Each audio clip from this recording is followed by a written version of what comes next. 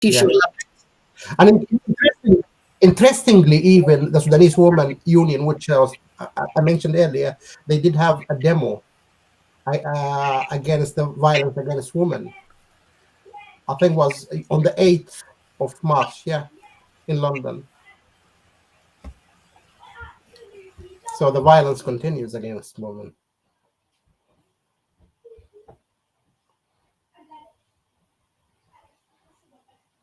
You're muted, Miriam. I knew that. Waleed also just typed in Sudanese, Kandaka warrior, Kushite. Did I say that right? Kushite? Kushite, yeah, Kushite, from Kush, from the kingdom of Kush. Queen Amani Rinas and how she stopped Alexander the Great in his tracks from his expansion into North Africa. Ooh, definitely got to have a read of that. So the next question. And I'll even give you more. I will give you even more than that. There are over 200 pyramids in Sudan. See, I know Sudan has the most amount of pyramids in the world. Yeah. This is what I mean. There's so much, this is what I'm talking about in terms of like, we're so much more than war and famine. There is this rich history, this incredibly diverse, rich history that has just been sidelined for so long. And that's kind of what the revolution was sort of about. It was about celebrating our art, our music, our history, and it was happening on a national level. It wasn't just for a specific class. It was. That's why we've mentioned, I think, so what's so important about sort of, if anybody to take from this webinar is that this war didn't start 3 years ago before that, because it's always been about resources and pillaging of Sudanese resources. But really, like, the effect of that 30-year dictatorship with the al-Bashir and what that had in forming the current government, the military, it was the same military, it was the same cronies of the same military that then created the RSF, that then put an end to this beautiful revolution that happened the 3rd of June 2019, because it really, this war is, it's been called many things, but really it's a counter-revolution war. It was about crushing the Sudanese spirit, this opportunity to sort of see ourselves as something more than what the rest of the world or what the previous regime told us that we were only good for. So yeah, and Amani Rinas is just one example of many incredibly powerful, impressive Sudanese women who have led the charge. I recommend a phenomenal documentary by Sarah Suleiman called Heroic Bodies, about Sudanese women's bodies and how they have been abused, but how they've also been used as a sort of, there's a thread of resistance against dictatorship and against from like female genital mutilation all the way down to like what the women of the revolution were doing. Yeah, Heroic Bodies, I definitely recommend it. There is also in Portsmouth, and it's still going on until the 19th of April. Yeah, there is in the museum, Portsmouth Museum, there is a section about Sudan history, and it's a quite interesting one. I would suggest if you close nice things there to show you the heritage of Sudan, the history. It's a small thing, but still it's enough to give some idea about what's happening there. If I pop down at some point, I'll make sure I have to check it out. I'm going to pop on to the next question, and then I'm going to hide my video to just try and get the stream started again. So the next question is, Sudan is experiencing one of the largest humanitarian crises today. What are some of the most urgent needs on the ground that people should be aware of? And feel free to just take it in your own turns answering this as well, because that's quite a loaded, heavy question. And I know there's lots, and it's like where to even start. But if there was like anything people knew that was like most urgently needed on the ground.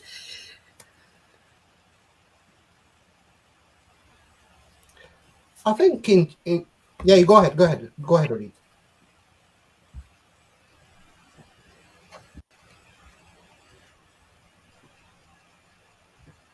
Waleed, you are muted. Am I mute? Can you hear me now? Yep. Yeah.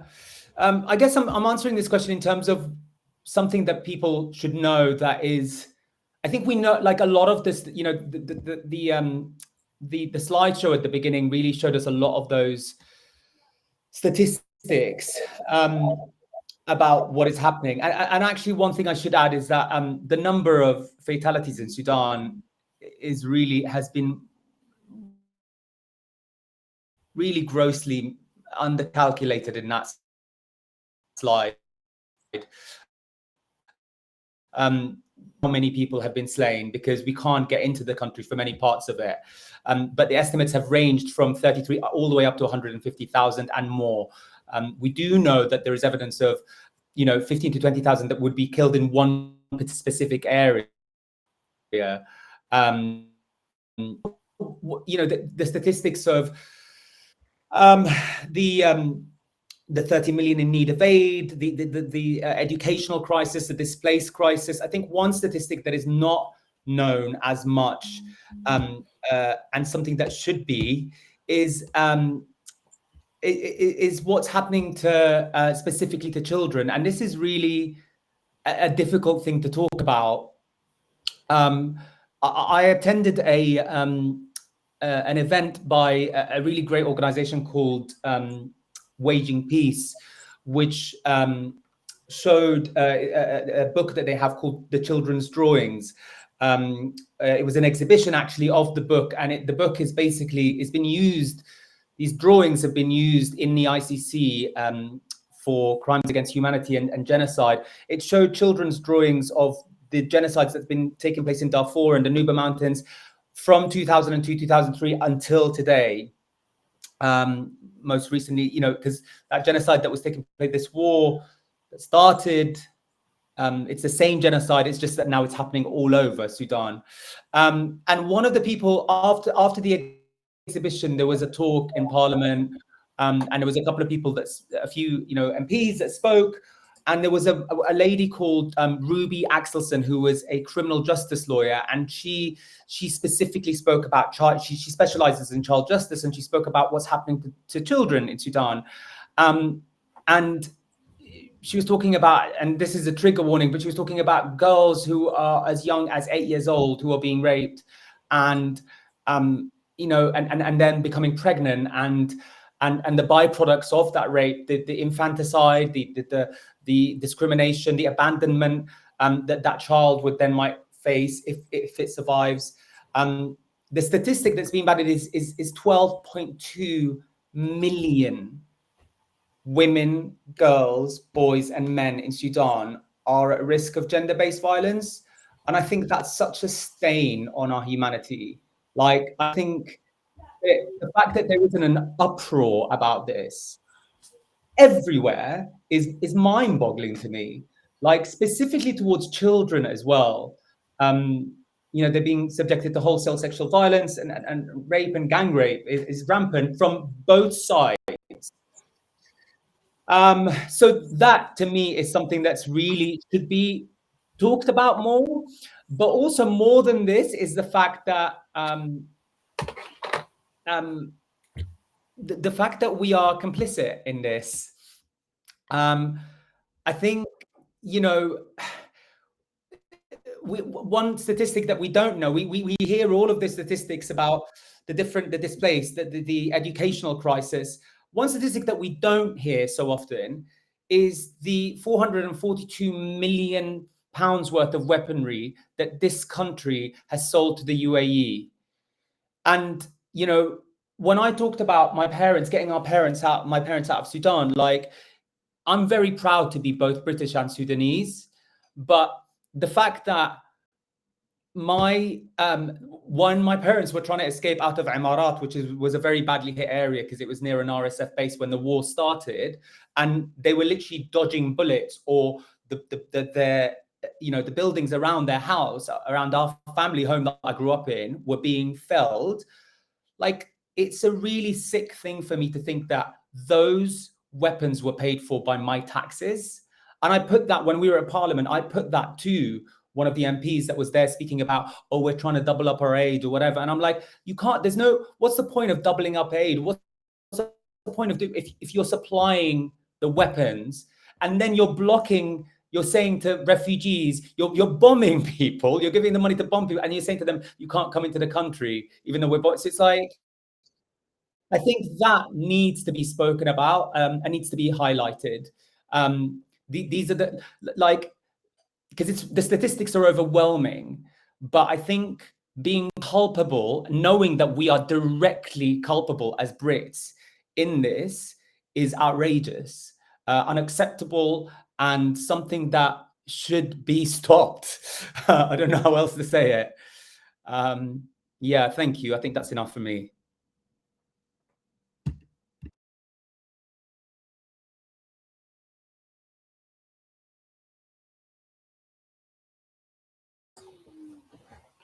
I think one of the things as well to mention, in addition to what Waleed said, is that the war has reached, there are 18 states in Sudan. The war has reached 14 of them. And in those 14, neither side is a good side. Both of them, they commit crimes. And the level of weapons coming to the country is huge, is immense. And I think one of the problems as well is that during Omar al-Bashir, at that time, there were about 8 military or armed groups in the country. And each one of them has their own interest. The RSF itself and its creation was made specifically to protect Omar al-Bashir's regime. And then they became border guards, then the EU under Khartoum process to legitimize them and save precious Europe from immigrants coming from that region.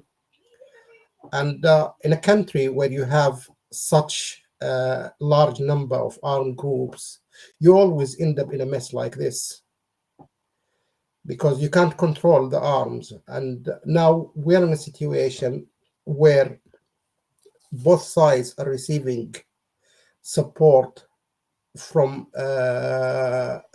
certain countries. And if we look, for example, the RSF, they receive from the UAE directly, from Russia, and they received drones from Spain, I think last year. At the same time, if you look to the other side, SAF, they receive arms. Actually, as you said, SAF being supported arms from the UK, from Saudi Arabia, from Iran, from Egypt, hugely. And they keep feeding on that. And there are other countries as well who support both sides at the same time. And for example, UAE. UAE, one of the countries that both sides, they smuggled Sudan's gold, which mentioned in Miriam's slides, to UAE, and in return, they receive cash and weapons. Russia, for example, that's another example. In general, even if you look at the EU countries or the Americans, in the media, they say, no, we kind of imply that we are with the people, but in fact, they support both sides by giving them legitimacy. And if we go back to 2021, after the coup, when they committed the coup together, Al-Burhan, the leader of SAF, he came here to the Queen's funeral. We protested here, but they gave him legitimacy. At the same time, Hemeti, he went to Egypt for COP27, giving him legitimacy. Now the media calls the RSF, in many media, as they call them, a militia, while SAF, they call Abdel Fattah al-Burhan the leader of the army, or the leader of the Sovereign Council. And in reality, there is no Sovereign Council, because that Sovereign Council came from the 2019 Constitutional Declaration. And in 2021, Al-Burhan and Hemeti overthrew the government, and that means the end of that Constitutional Declaration. So they're giving them legitimacy. So this double standard has always been there, and it continues. And to me, part of the disaster we have in Sudan is not huge part, who claim democracy and they call for the democracy, but they are far from democracy. Democracy to them is just a word, but profit is the priority. And they wait and see until the moment where they see one of those groups, armed group in the fight, kind of started losing the fight, and then they will take side or just try to mediate between them, and let's have peace, and just people die. Yeah, tough. End of it. There are other people. But I think that's the way the capitalist system and imperialist system, they look at people as profit, and people pay the price. Thank you. Thank you, Khalid, yeah, and Waleed for that. And indeed, yeah, Khalid, it's fueled by global capitalism, this war, and also the legacy of colonialism. I just wanted to add, I think maybe Waleed and Khalid covered a lot in this, what is needed, and maybe also I wanted to remind people with some of the um, basics maybe in humanitarian, but also still the situation is getting worse, and the crisis, I mean the humanitarian crisis, as also the question itself states, that it's the largest humanitarian crisis, and of course there is an urgent need for accessing the humanitarian aid.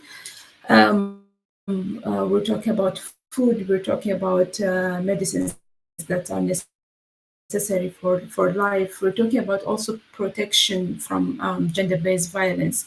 We're talking about also safe pathways for people, those who are moving around.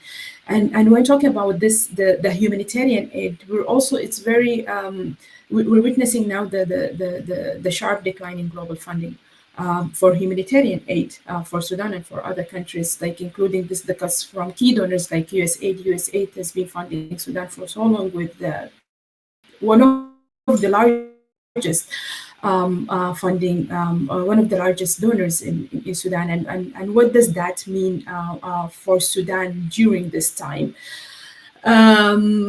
So and also before that, before even and I think it's also not only USAID, but I think I see it as also trained from different other countries. Now some of the countries are announcing that they cutting aid from countries like Sudan. But also even before USAID or the US cutting the aid globally, not only in Sudan, local women-led organizations that have been delivering also services, responding to the humanitarian action. they received during this time, they received only less than 2% of the total funding that is coming into Sudan. And also with this situation, what does that mean also for women-led organizations that are actively supporting women and girls, and also supporting different groups. But yes, the need is also to support funding this the community kitchens, the women-led organizations. In so many states, the need is for people to survive right now. But also, as I said earlier, it's about the survivor, but it's also about supporting the advocacy effort of Sudanese people, because people are surviving. They are not only victims, but they're also very active, influencing the politics, influencing the peace processes or future peace processing, preparing for peace processes. So I think also the need is also to support the advocacy efforts of Sudanese people to end this war, while also responding to the humanitarian needs. Yes, and I think for also as we say, this is not Sudanese people are not voiceless, but they are just being silenced, and I think we also need to create the spaces for people to tell their stories, and also to being for us to hear and learn from these stories, and also the media. We also the media global attention remain absent, and I think also the need also for media to tell these stories, to reflect on what is happening in Sudan. We witnessed that at the beginning of the war, the news about Sudan, but we are talking about sustained advocacy or sustained media coverage for what is happening in Sudan. Yeah. Thank you. I leave it here. Thank you so much. I feel like I'm also learning so much, and like that's one of the things about like platforms like this, when you actually let people talk and listen, the amount of different things that you do learn, like there's definitely a lot to take away.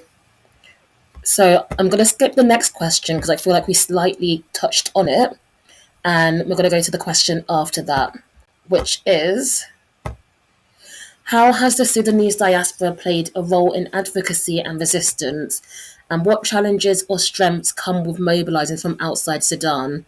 So I guess it's kind of also touches on media silence as well, and narratives, but I want to hear really about within, like in the diaspora, like what challenges have you faced and how is it mobilizing like outside?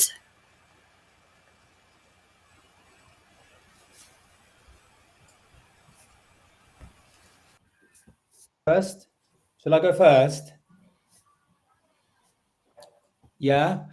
I think one of the challenges that we face as diaspora is that there is a fracturing, unfortunately, within Sudanese society itself for Sudanese diaspora. And it's a disconnect between, because a lot of this war as well has been,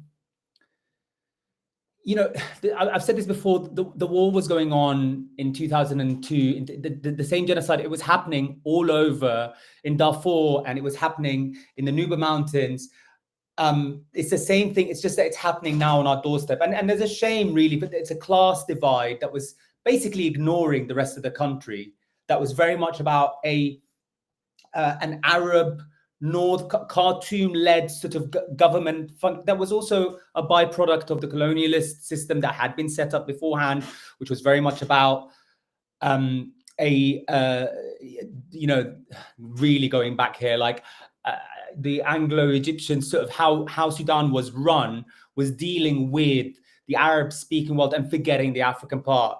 So a lot of the older, like one of the challenges that we have for instance, in our activism, is that there is a divide between different sects where some people are finding it difficult to kind of let go of the military, and some are even saying like, I want Sudan to go back to how it was, whereas a lot of the younger generation see the issues, the really inherent class, racial, tribal divisions that were there, and going, we cannot go back to that Sudan. That's not what the civilian-led revolution was about. It was about a Sudan for everybody. So I'd say that's one of the big challenges, is that for us to have visibility and to have momentum, is we, as a Sudanese society, we need to all be together and sort of singing from the same hymn sheet. But the strength, of course, is that despite what Khalid said, we are sort of living in a relative democracy. I know it doesn't feel like we're living in a democracy at the moment, but so we can call out our governments and we can hold them accountable, and we can call out the work. That's a privilege that we have that we would not have being in Sudan, and we hadn't had it, you know, for the previous 30 years of the al-Bashir dictatorship. So we can call out things like, I'm going to harp on a little bit more about how we are complicit in this country. Like, you know, this, like only a few days ago, and I spoke to you about this earlier on, Miriam, over Insta, like the fact that some MP decided to have a meeting with members of the RSF in Parliament, and then that emboldened the members of that meeting. Obviously, like, Parliament doesn't have right power. high up members as well. It's just wild. They went on TikTok and saying, "Oh, we're being legitimized," and yeah, on like saying we're being legitimized and we're being recognized by the British government. Like, what possessed that MP? They may have been thinking, they may have been coming at it from, they may have just been misinformed. Although I don't know if it's your job as an MP to really know what's going on in the world, and if they may have been thinking we're doing a good thing. But that in itself might come from the fact that I think if you are in Sudan at the moment and you are in an area that is under RSF control, or you are in an area that is under military control, nobody has the right to say anything about you getting behind those people, because they are the people that are literally keeping you alive. But if you have the luxury of being able to look at the overwhelming evidence that there is no good guy here, then you cannot be siding with anybody apart from the revolutionaries and the martyrs that died, because you have to honor these martyrs that died in the revolution, who have always said we need a civilian-run government. We can't be siding with either of these people. So, you know, when this country was part of the EU and was funding the same genocidal RSF by stemming migration routes out of Africa, out of Sudan through Libya, that's funding the people who are responsible for what's going on at the moment. So when I saw that thing, I just thought, what is going on in terms of like what is going on in Parliament, that they're giving a platform to an internationally recognized genocidal regime. I've gone round the houses. I think I'll stop there.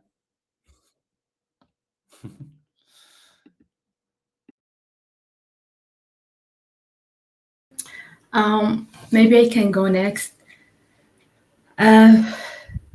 So yeah, the diaspora conversation. As I said, I'm still arriving, and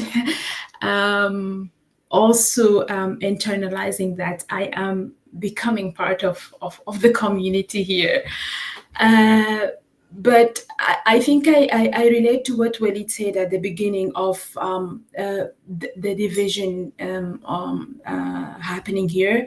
When I came, it was also a few months before Ramadan, and then I was asking some friends what is happening, what's going on. I just wanted to go to a Sudanese iftar, and then they were telling me the Sudanese iftar of this group, racial groups, different from different parts of the Sudan, and there's this iftar and there's this iftar, which is beautiful. People maybe wanted to do some of the things together, but then I was asking but where is the Sudanese futur, not necessarily a specific group, and people were like, we don't know, there are these iftars happening. And maybe that was I got the information from the person, or the person doesn't know, but I also could feel this people being grouped here ethnically, and also I could see that in different I could see that even in Sudan from the when we used to see the pictures of the people protesting here. You could see people, different groups are coming together. And I think this is something I am still learning about, and of course the consequences of that during this time, in a time where we have to come together, all of us. But I also, my experience working with those who, some of the groups, women's groups in Sudan, and also those who moved to, forcibly moved to other countries, like in Kenya, in Uganda, in Egypt, in Ethiopia, and I don't know if it's if I am to call it the newly arrived people, and this is the diaspora in these countries. It's like the movement. I think that the women's movement is just transnational. I keep talking about the women's movement because this is what I am I am part of the movement, and this is the work that I am doing, and this is what I know more about. So the movement is transnational. Women in Sudan now are working with women in different in neighboring countries, setting peace agenda, responding to humanitarian the humanitarian crisis. And I think this is also one of the strengths. The movement is transnational. They are working together across borders, and also even the division or maybe the fragmentation that we see within the movement, or maybe the fragmentation also we see here is a reflection of also of what is happening in Sudan, like the political divisions, especially at this time. People do have very different political positions, the military and those who are supporting who, and now we're witnessing a new government that has been announced in Kenya, in Nairobi. People are again different groups that are having different. It's just, and what is happening with the different groups is also a reflection of the current situation, but I also what is happening here since I came, the different events that are organized, that has been organized by different groups here in Sudan, in the UK, Madaniya, different groups. It's also very inspiring that also the movement or the revolution is still happening, and we're responding in so many different ways, and there are so many different ways for our activism. As long as we just keep these conversations going, as long as we keep the advocacy going on. There are times where things are going very well, and there are times where we just think nothing is happening, but as long as we keep it, and this is since I came here, there's so many things that are happening around Sudan, and it's just for me it's very it keeps me going, and it keeps me hopeful.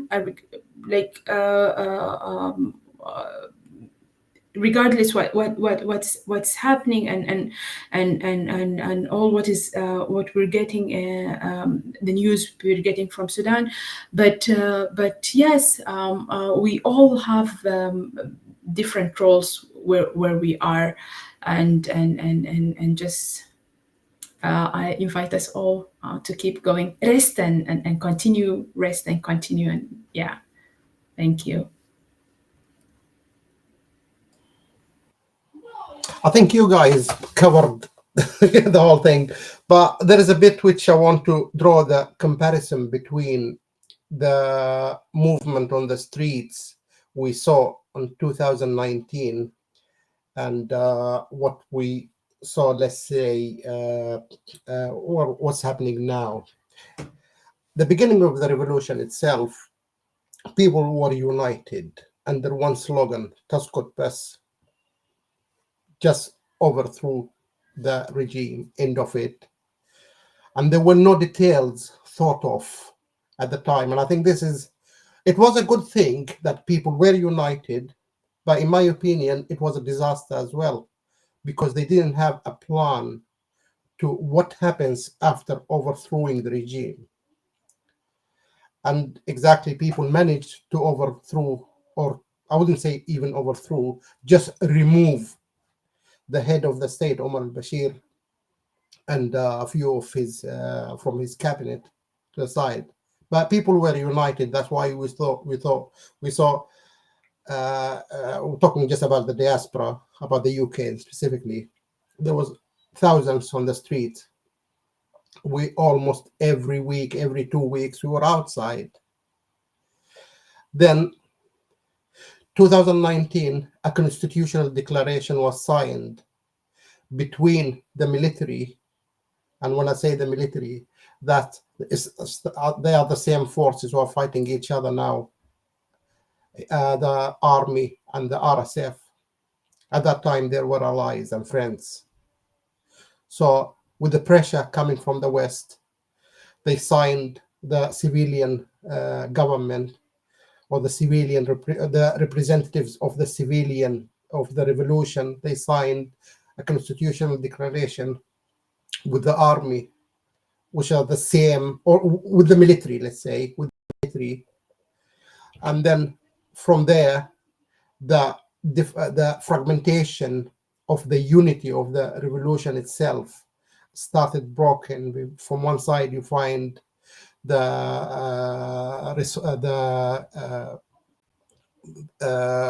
revolutionary forces. One side, you find, for example, the political parties fighting each other for positions in the new government. And with that, the revolution itself started fragmented because there were lots of details they haven't thought of before the beginning of the revolution. These fragmentations reflected outside Sudan on the unity on the streets here. Things went to that level until 2021, when both sides again, the army and the RSF, they overthrew the civilian side of the government.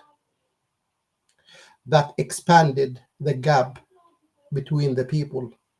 Then 2023, both military sides, the army and the RSF, they started fighting each other.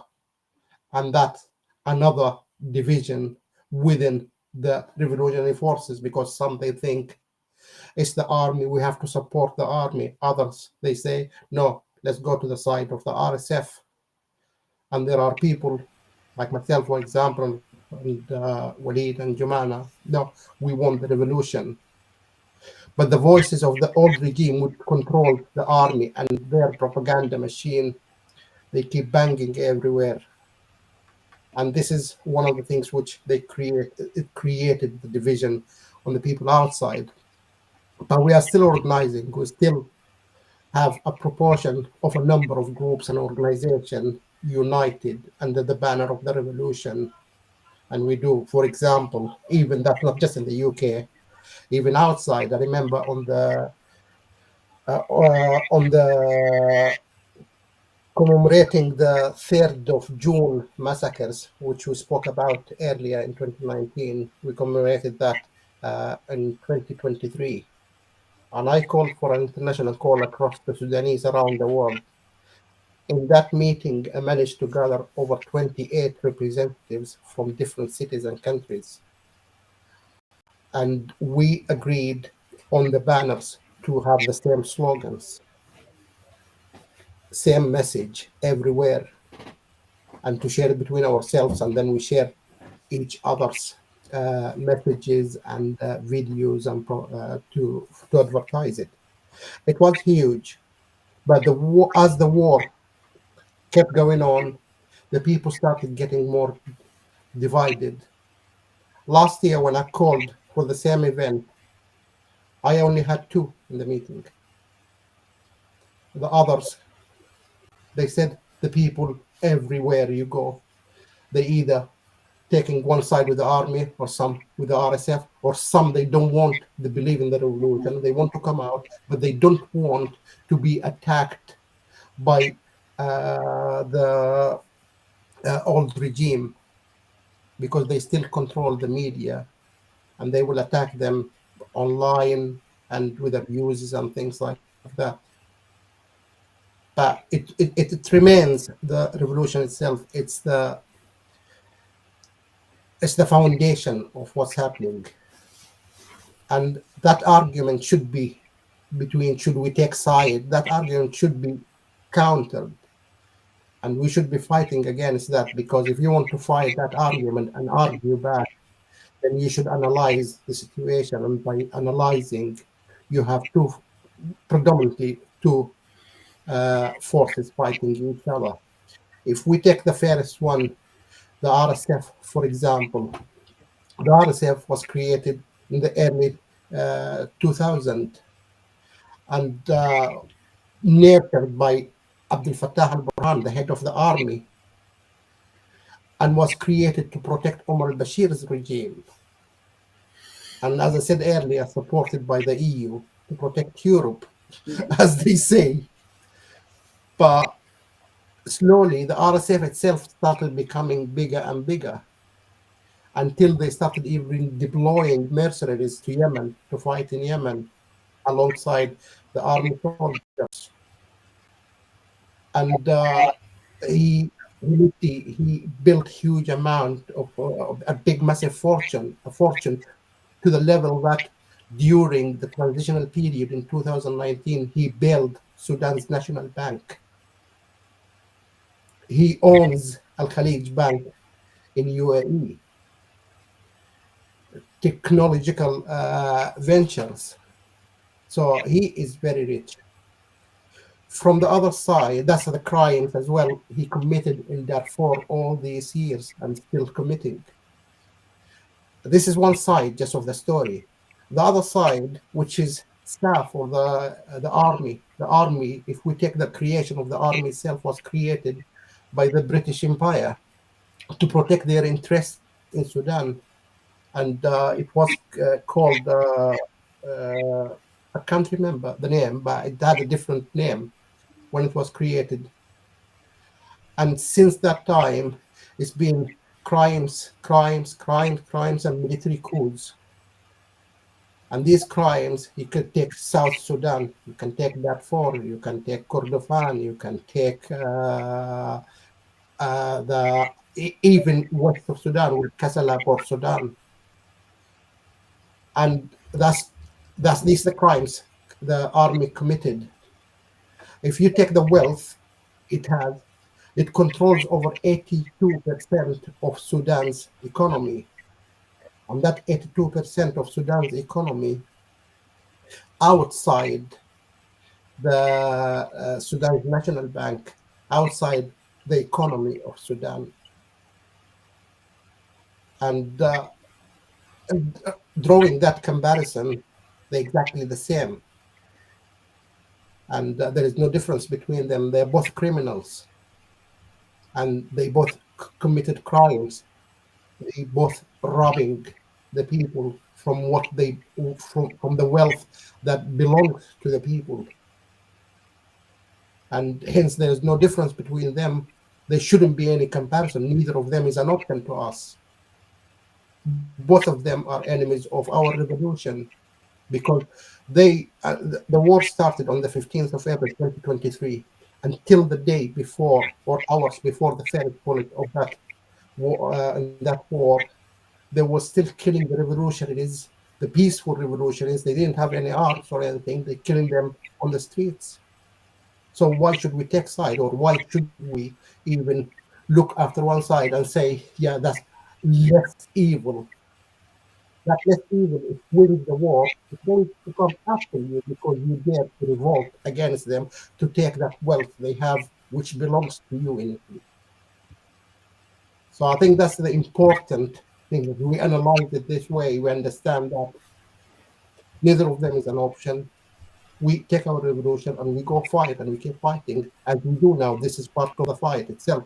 It doesn't mean just marching. Marching is one tool, but if marches would make a change, the Palestine marches would have made a change. Marches are just one of many tools to support the struggle. It has to be a grassroots movement. I think I went too long. Sorry. Thank you, Khalid. Thank you so much. So it's funny, I actually had 10 questions prepared because she's a, I don't know what it was. I wanted to touch a wide range of subjects, but I actually want to also give people the opportunity to ask questions. There was just one I really wanted to ask, like, I don't know if the thing is, I don't want to cut people's answers short because every single thing you have to say is important. So I'm just going to have it up on the screen as people do their Q&As. And if people want to sort of touch on it, they can. But would anyone like to put their hand up and ask a question? Remember, this is recording, so if you're comfortable, you can show your face, or you can type it in, or you can speak.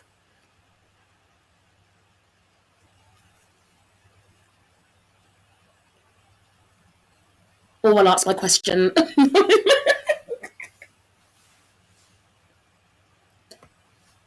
While people are thinking of it, I'm gonna ask this one quickly, because I think this is one that we don't really touch on quite often as well. And it's not, so I'm gonna also add like an extra bit on the end. But we see a disconnect when it comes to the solidarity within the Ummah. Many continue businesses as usual in places like Dubai while Sudan suffers. How do we challenge the selective activism within our own? And the second question was like really similar about the historical pattern of crisis within the Black Muslim community being deprioritized. How can we push for truth, increase the solidarity within the Ummah and beyond? So for those who don't know, the Ummah is the Muslim family. We'll call it Ummah, like one Ummah.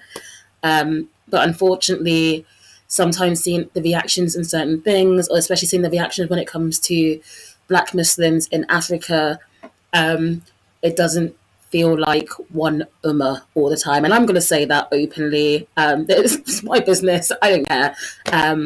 It doesn't feel like one Ummah sometimes, especially while we're pushing and uniting for so many different things. So yeah, that was just a little...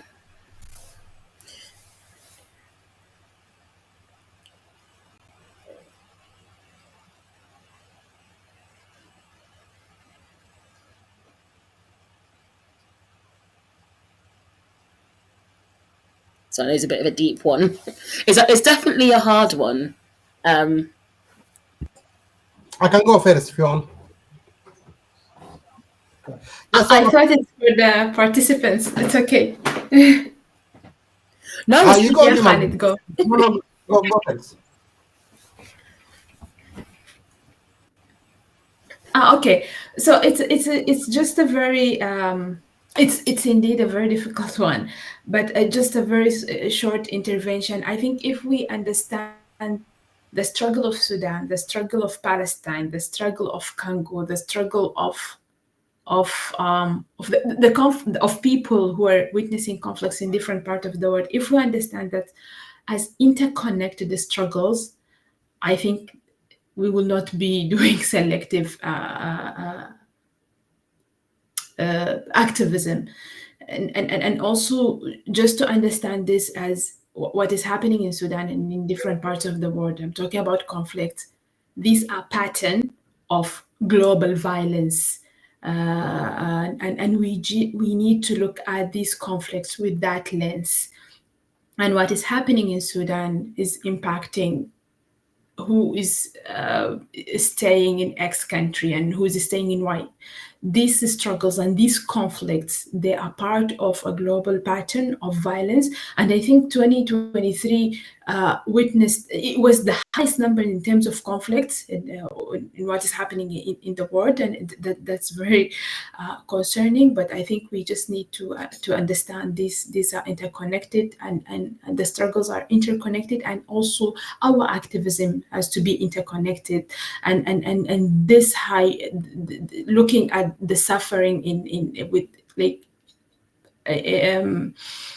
I mean, like putting the suffering in hierarchy, it's just is not working, because all our struggles are just interconnected. Thank you.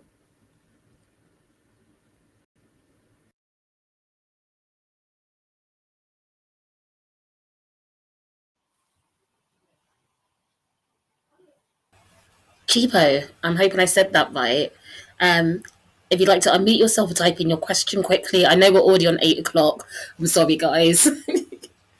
Can you hear me all right? Yes.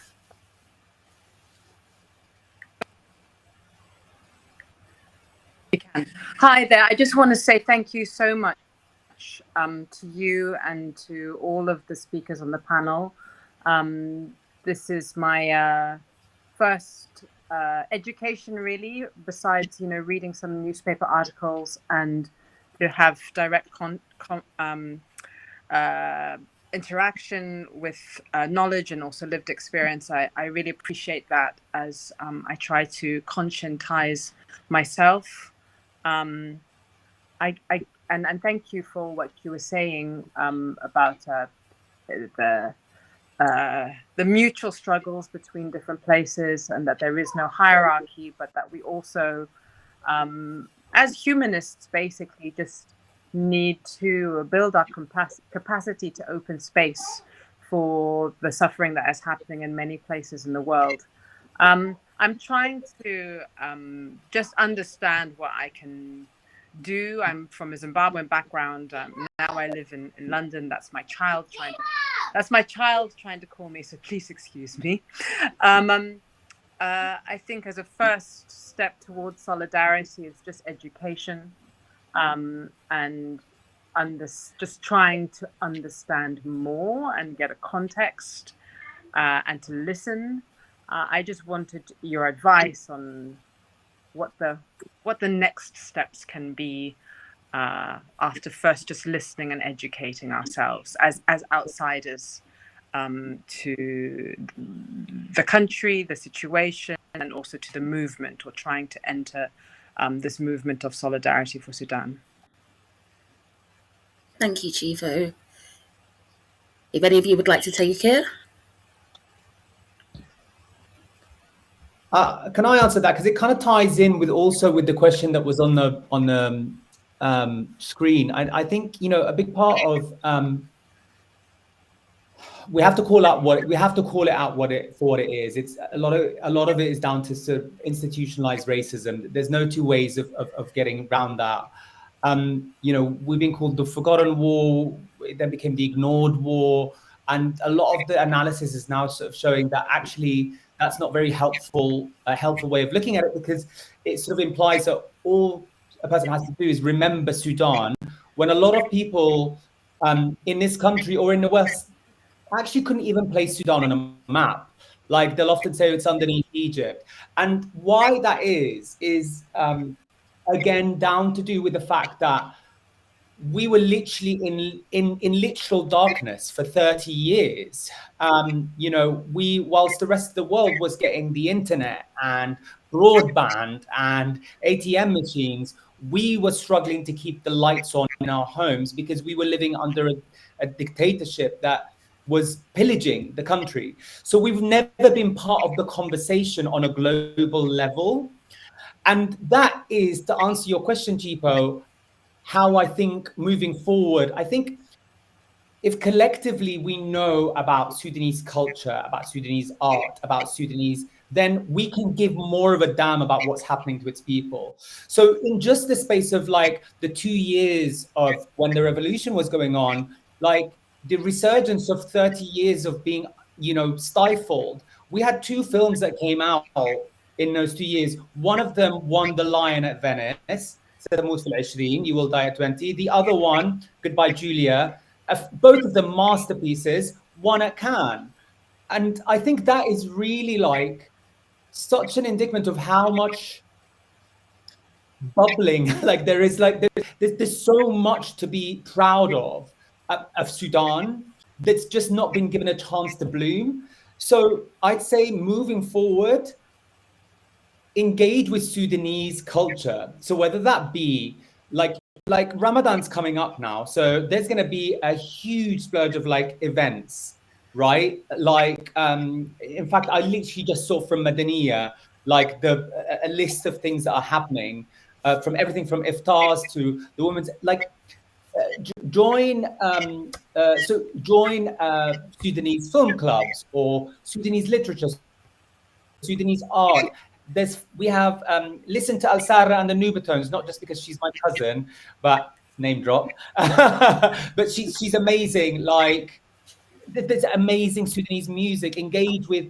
I think if we engage with Sudanese culture, so we don't just think of it as this broken nation that is constantly suffering or on its knees or coming with hands cupped, then we can engage with, then you're going to be more inclined to sort of talk to other people. Like I really want to make these badges, and if somebody here wants to help, I want to make these badges like for our visibility. I'd like to make badges with our national flower, which is the hibiscus flower, just a badge, and just underneath it with a hashtag saying ask me about Sudan, because then that's not putting Sudan in the framing of like, oh, the war. Oh, let me tell you about the hibiscus flower, and then do you know what I mean? It's just not us.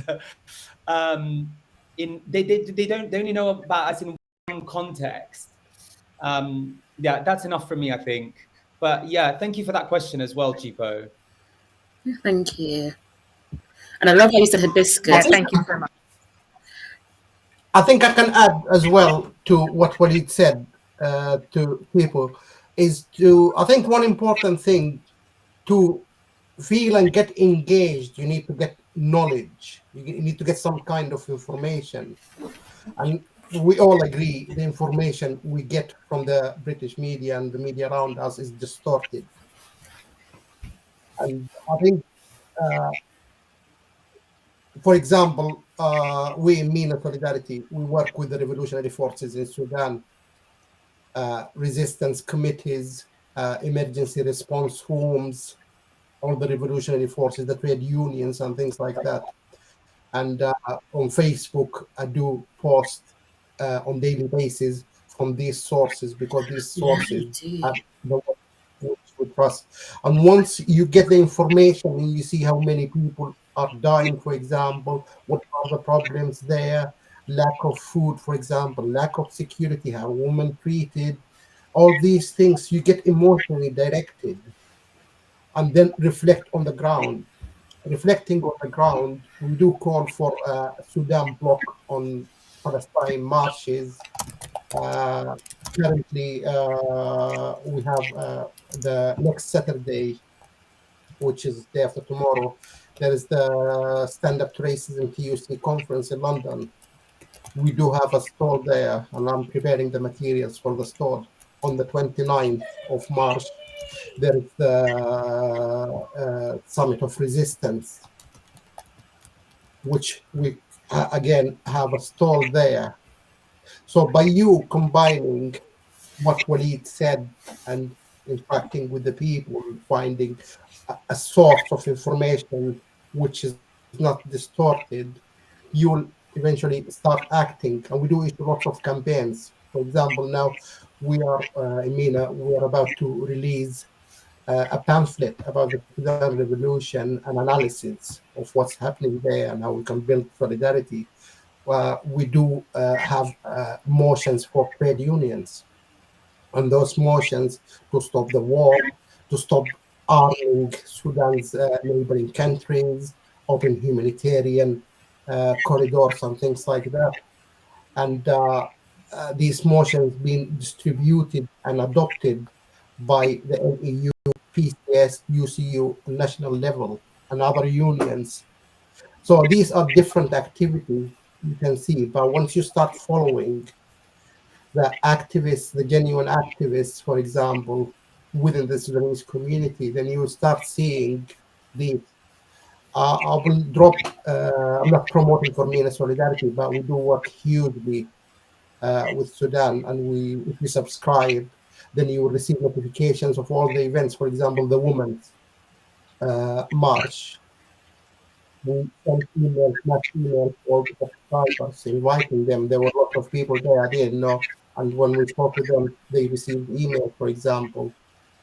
And then you build friendships with the people, and then you get to the point where which Waleed said. But I think these are kind of small little things, but they all work together to build that momentum to keep you moving and fighting for something you believe that should be justice, and there should be equality, and the killing of the people should stop. But there is another point as well, which linked to this, where it's the combination of everything happening around us, whether it's the war in Yemen, war in Syria, war in Somalia, all these wars. If you look at them, you'll find the British government at the heart of each struggle. And that heart, you can find the people here as well struggling, the number of people on the streets, the people, lots of strikes, for example, the cuts on our wages, the attacks on the workers, and things like that. So their foreign policy attacking others is still that colonial mentality. And inside here, it's the same thing. And if you put all these together and you think, you will be on the street every single day, I bet you. That's it. Thank you. Thank you so much, guys. So I've got like a little list on the next page. It was meant to be on here. Oh, it is there. Would you look at that? So the event that is also on there, that will be at SOAS, and that is by Sudanese Women for Peace and Sudan Doctors for Human Rights. If you follow like pages like London for Sudan, Madania, Sudanese Legal Network, they post a lot about like what's happening within London as well. Not that you're all from London. I'm very aware of the time, but I also don't know if anyone has like maybe I'm being cheeky here, but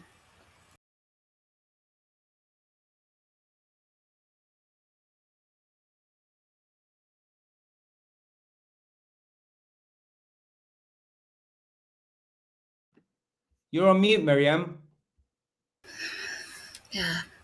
yeah, I was the whole way through. It's only halfway through. It wasn't all the way through. Oh my god! Wait, did I mute myself or did it start unmuted? I don't know. You stopped. You just stopped. So the event that is on there is by oh god, hang on, let me stretch. I'm not quite young anymore. Is by Sudanese Women for Peace and Sudan's Doctors for Human Rights. If you follow London for Sudan as well, they post a lot of the things that they do in London. A lot of the marches are also easy to find on there, along with like placard making. With Madania, they do similar things. They actually normally work in collaboration quite often with each other. There's like, I'm happy to like send this PowerPoint out to anyone as well. And also, this is a bit cheeky, but if anyone wants to leave like a testimonial and just email it, it'll be nice to like just get any feedback and see what else can be sort of twisted. This okay, here am I going getting deep, but Mazidi's Empowerment Network was sort of born by accident from a protest, and we wanted to like save a name.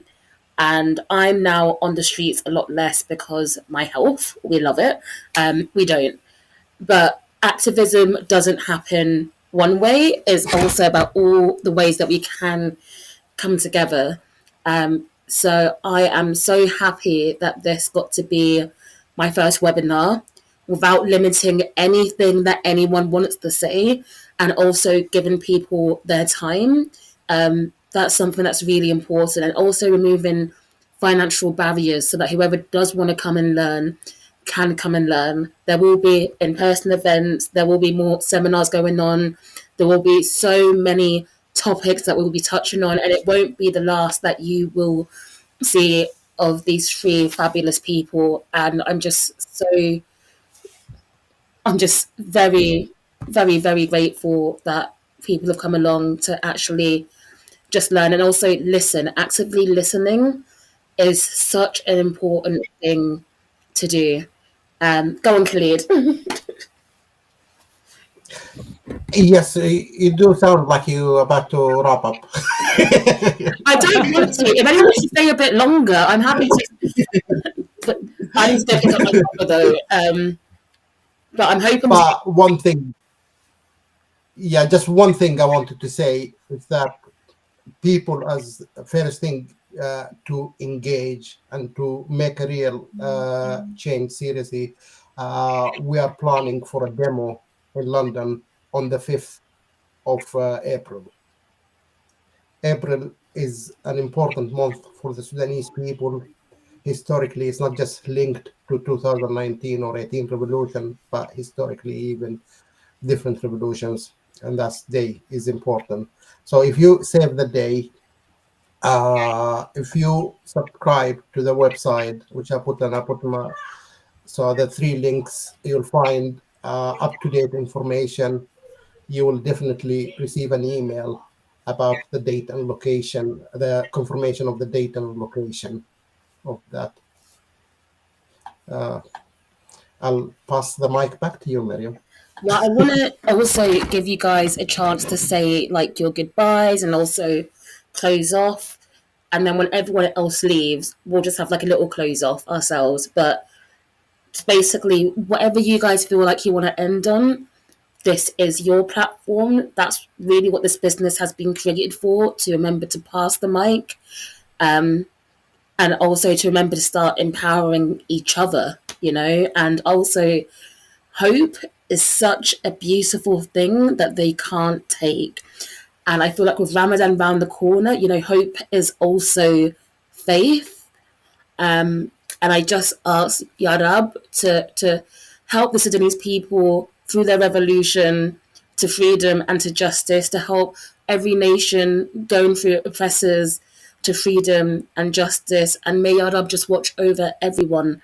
We know that this lifetime, it's not for us, but we also need to stand on justice. We also need to stand together as Muslims. That's what we're meant to stand for as well, whether we are Muslims or not Muslims, you know. And I just pray that every person will be free and we'll all meet in Jannah, inshallah. And martyrs' lives are not lost for no reason.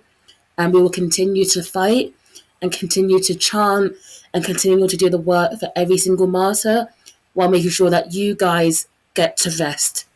Because rest is revolutionary and rest is important. And there are times where we need to take on that burden so you don't have to, and you get a chance to rest and to breathe. So Jazakallah so much for being here, and may Ya Rab just free us all.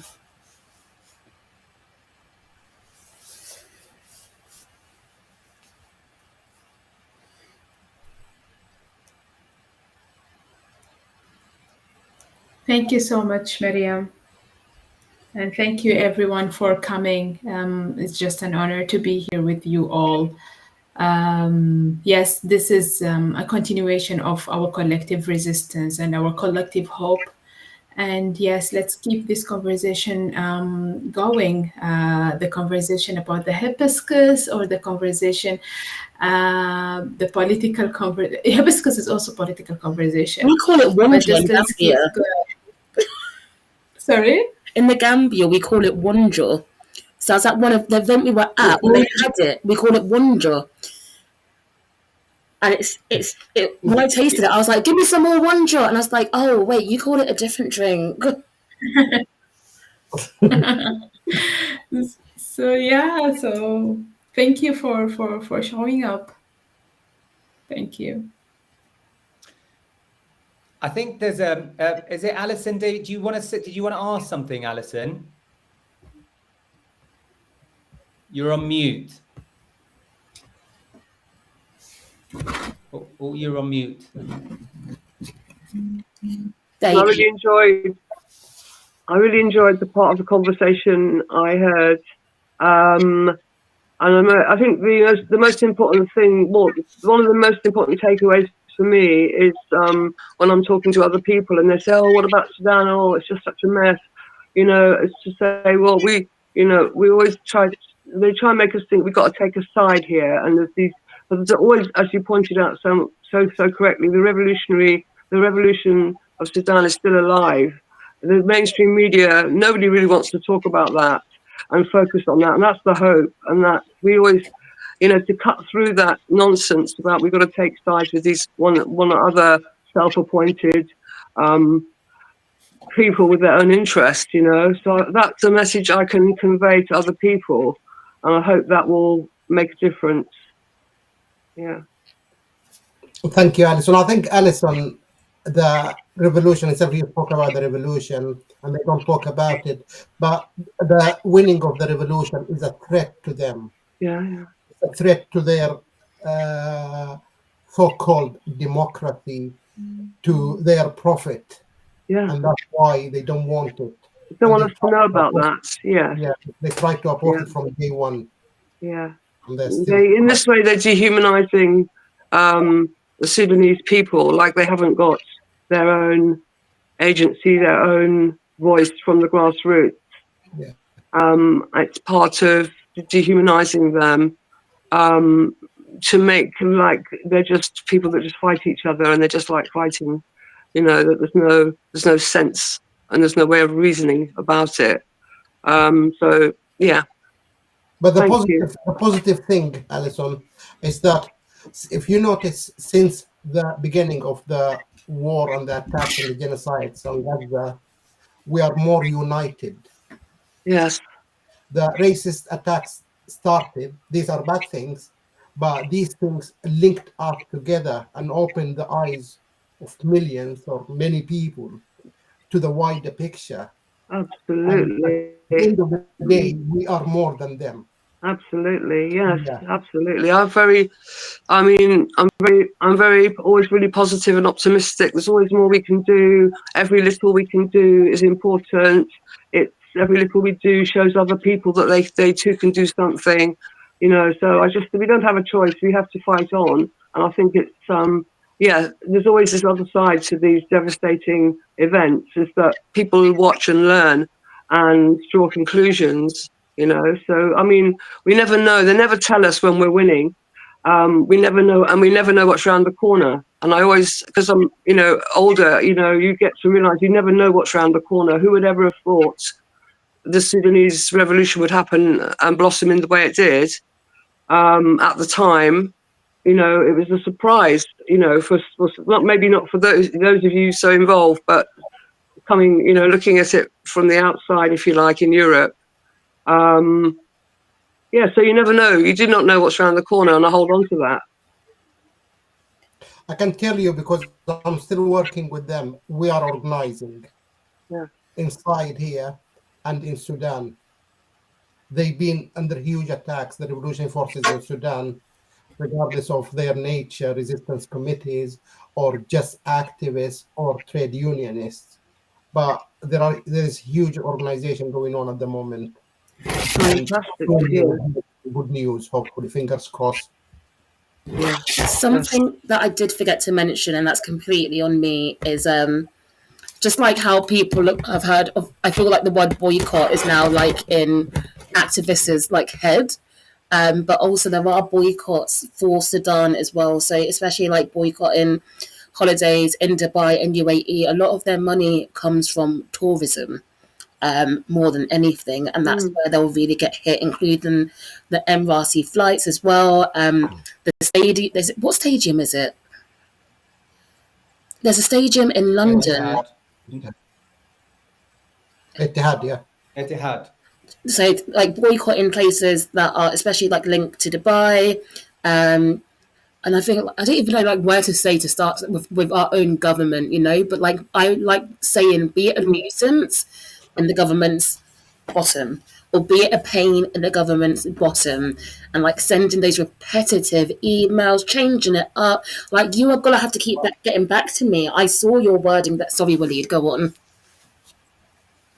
No, just really off the back of that, I'm really glad you've said that, Miriam, because that is actually one direct action that you could be taking. Like London for Sudan, there's several other, but London for Sudan, I know, has a template for that email to send to your MP. And one thing that was really interesting out of that thing that Waging Peace did was that they now have, Waging Peace is a great organization also to connect with, but they actually have a member of parliament who is saying, we actively are asking for to ask a specific question in chambers.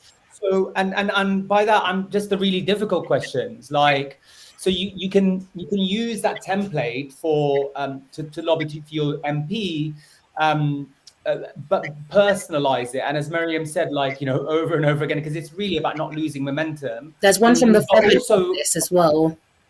There's one for the FCDO. There's one on where there's a template in London Bazaar for Right. FCDO, and even their response, you'll pick up in what's wrong, and literally reply back to them with like the thing they've pointed out that's wrong in their email, and like literally just ping it back. Right. You know. So I'm a pest. I love it. I think, you know, the notion. Yeah, well, I mean, it's just it's got to be a sort of several pronged attack, really. So whether it be the activism in terms of the marches or the attending various readings and Sudanese, but also I think putting pressure on the government to kind of really ask the difficult questions about not why, you know, never mind aid, why are you supplying weapons? Why are you supplying weapons to some of the main perpetrators in this? Because really that has to be like modern warfare seems to be not just about boots on the ground. It's about literally who we are supplying weapons to. So yeah, I think writing to your MP is a really another really invaluable way of the fight. Mm-hmm. I just want to say also thank you so much for this, Miriam. If I don't get a chance to speak again, I think you're amazing. I think this is an incredible opportunity for us to speak about our country. And thank you for handling this with the care and the sort of the delicacy that you have done. So thank you. I want to also echo what Waleed and Jumana said. Thank you very much, everyone, for being patient with us.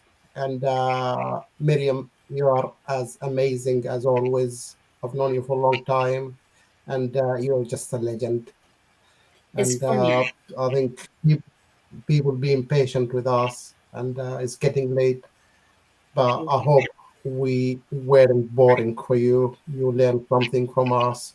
We're always around. If you need any information, anything, we can link you.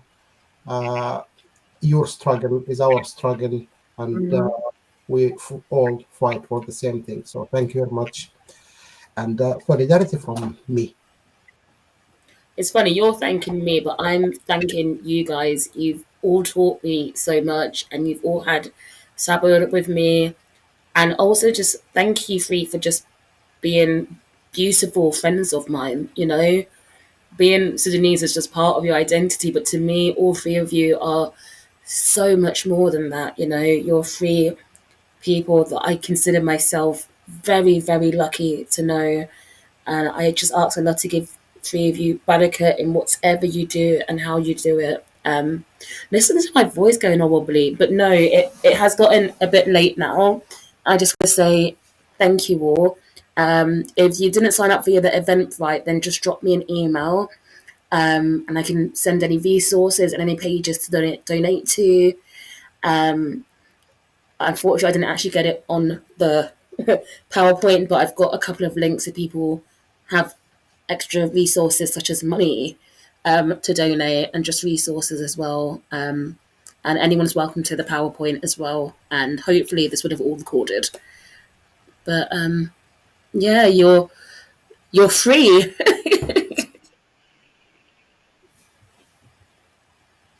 Thank you so much. Good night. Thank you so much.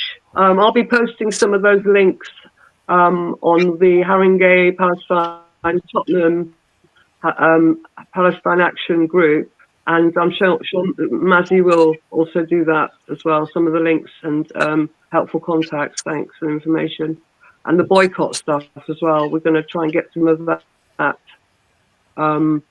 sent around in Haringey.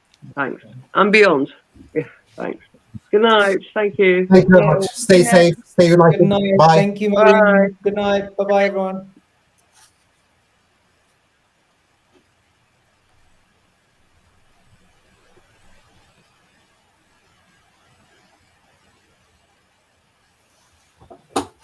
That was good. Thank you very much. Jazakallah, thank you guys so much. You are welcome. Thank you. Now I've got to try and figure out a way to try and save this recording. Just make dua for me. I trust you. Okay. You look after yourself.